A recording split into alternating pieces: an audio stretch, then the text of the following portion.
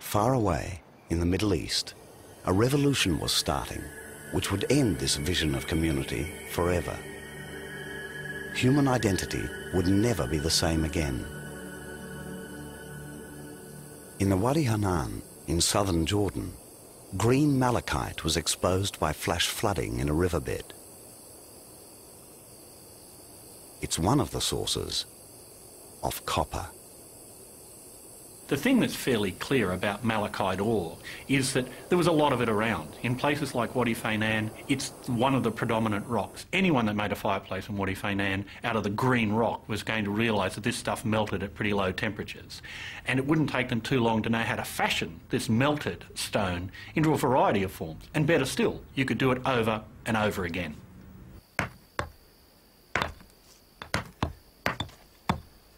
The miners were inspired by the colour. They ground it into beads for jewellery without smelting it. But they had customers from the other side of the Dead Sea who wanted huge quantities.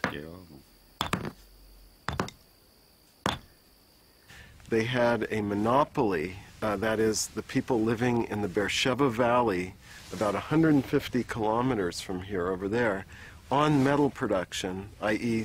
they would send their miners, their traders over here to procure the ore, to mine the ore, and then put it on the donkeys and sort of schlep it back across the desert to the Beersheba Valley.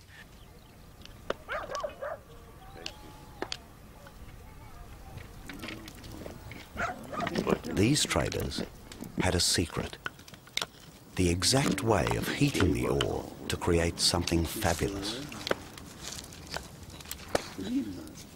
By superheating with blowpipes, they created the first true smelted metal. Copper was used to make everything from ornaments to daggers. Not only that, it could be endlessly recast into other shapes. We're actually finding copper objects abandoned, which is very strange. Copper crucibles and the nozzles of bellows, which show us that they're actually making those objects on that site. And they're a long way from any copper. The nearest copper is over in the Wadi Araba in Jordan, yeah? The other side of the Dead Sea and the other side of the Wadi Araba. And there we've got people who are apparently mining and smelting copper. And there's hardly anybody living there to use the stuff. So presumably, again, we've got networks. And people living in southern Israel know how to get the materials they need from people who live in what is today southern Jordan. And people in southern Jordan who are sitting on the top of metal resources know that there are people living over to the west of them, quite a long way away, several days' walk. Yeah?